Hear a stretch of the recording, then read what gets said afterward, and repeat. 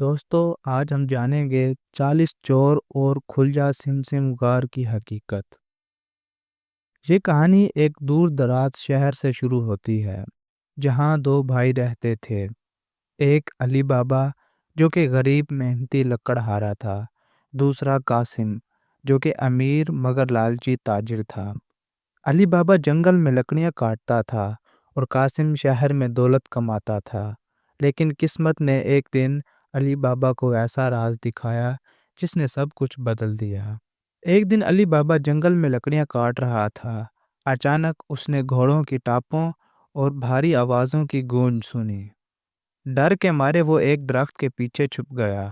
کچھ ہی لمحوں میں 40 طاقتور مسلح آدمی وہاں پہنچے۔ ان کے کپڑے سیاہ، چہرے ڈھکے ہوئے اور آنکھوں میں خون اترا ہوا تھا۔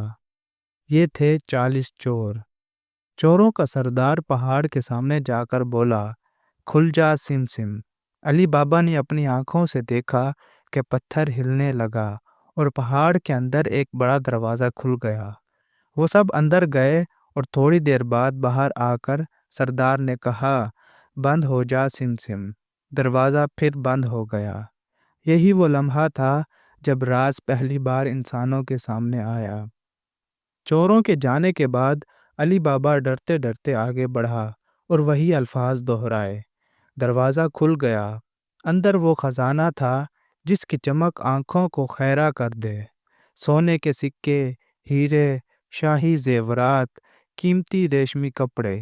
علی بابا نے تھوڑا سا سونا لیا اور خاموشی سے گھر واپس چلا گیا۔ جب علی بابا کی بیوی نے سونا ناپنے کے لیے قاسم کی بیوی سے ترازو مانگا تو اس نے چالاکی سے ترازو کے پیندے پر موم لگا دی۔ سونا اس سے چپک گیا۔ قاسم کو شک ہو گیا۔ اس نے علی بابا سے زبردستی راز اگلوایا اور اکیلا خزانے کی طرف روانہ ہو گیا۔ قاسم خزانے میں داخل تو ہو گیا، لیکن لالچ اور خوف میں ایک بڑی غلطی کر بیٹھا۔ وہ بند ہو جا سم کہنا بھول گیا، بلکہ گھبراہٹ میں مختلف اناج کے نام لیتا رہا۔ چور واپس آ گئے، قاسم وہیں مارا گیا۔ چوروں نے جب قاسم کی لاش دیکھی تو سردار نے کہا، راز کسی اور کو معلوم ہو چکا ہے۔ یہی وہ لمحہ تھا جب 40 چوروں کو پہلی بار احساس ہوا کہ ان کا راز اب راز نہیں رہا۔ چوروں نے قاسم کی لاش کے 4 ٹکڑے کیے اور غار کے دروازے پر لٹکا دیے تاکہ دوسروں کے لیے عبرت بنے۔ لیکن شہر میں قاسم کو غائب دیکھ کر مسئلہ کھڑا ہو گیا۔ یہاں کہانی میں داخل ہوتی ہے مرجانہ، ایک لونڈی مگر عقل میں سب سے بھاری۔ اس نے ایک موچی کو بلایا جو لاش کو سی کر قاسم کی خاموش تدفین کروا دیتا ہے۔ چوروں کو یقین ہو جاتا ہے کہ کسی نے معاملہ سنبھال لیا ہے۔ سردار بھیس بدل کر شہر میں آیا اور تحقیق شروع کی۔